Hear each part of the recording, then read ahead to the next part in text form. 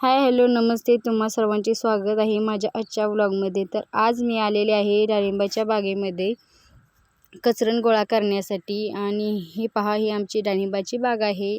तर कचरण म्हणजे डाळिंबाची बाग धरण्याच्या अगोदर छाटतात ना, त्यांचे शेंडे वगैरे मारले जातात, डाळिंबाच्या झाडाचे शेंडे वगैरे मारले जातात, त्याला आम्ही कचरण बोलतो। तर ते कचरण झाडांच्या बुडात पडलेले असते, ते गोळा करावे लागते, कारण त्याचे नंतर ना काटे होतात आणि ते पायामध्ये वगैरे घुसतात। त्यासाठी आम्ही गवत वगैरे काढावं लागतं ना जनावरांना, त्यासाठी आम्ही सर्व कचरण गोळा करत असतो।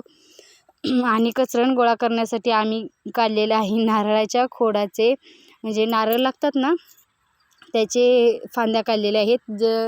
ज्या झाडाला नारळ असतात ना, ते त्याचे काय असं म्हणतात, काय मला माहीत नाही आहे, ते आमच्या आईने काढलेले आहे। ते नारळाच्या फांद्या काढलेल्या आहेत त्यांनी, आणि त्याने आम्ही कचरण गोळा करत आहोत। हे पहा, हे सर्व कचरण गोळा करून झालेलं आहे आमचं।